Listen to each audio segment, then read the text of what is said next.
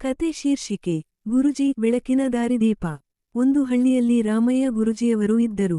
ಅವರು ನಂಬುಗೆಳ್ಳಿದ ಶ್ರದ್ಧಾವಂತರಾದ ಶಿಕ್ಷಕರಾಗಿದ್ದರು. ಹಳ್ಳಿಯ ಎಲ್ಲ ಮಕ್ಕಳು ಅವರಿಂದ ವಿದ್ಯೆ ಕಲಿಯುವುದು ತಮ್ಮ ಭಾಗ್ಯ ಎಂದು ಭಾವಿಸುತ್ತಿದ್ದರು. ಒಂದು ದಿನ ಹಳ್ಳಿಗೆ ಹೊಸ ಬಡ ಕುಟುಂಬವೊಂದು ವಲಸೆ ಬಂದಿತು. ಅವರ ಮಗಳಾದ ಲಕ್ಷ್ಮಿ ಶಾಲೆಗೆ ಸೇರಲು ಬಯಸಿದಳು.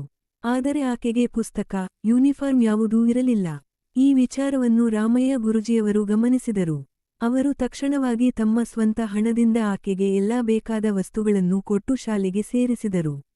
ತೊಟ್ಟ ಹೊತ್ತಿನಲ್ಲಿ ಲಕ್ಷ್ಮಿ ಅತಿ ಸುಧಾರಿತ ವಿದ್ಯಾರ್ಥಿನಿಯಾಗಿ ಬೆಳೆಯಲು ಆರಂಭಿಸಿದಳು. ಏನೇ ಪ್ರಯತ್ನ ಬೇಕಾದರೂ ಗುರುಜಿ ಸಹಾಯ ಮಾಡುತ್ತಿದ್ದರು.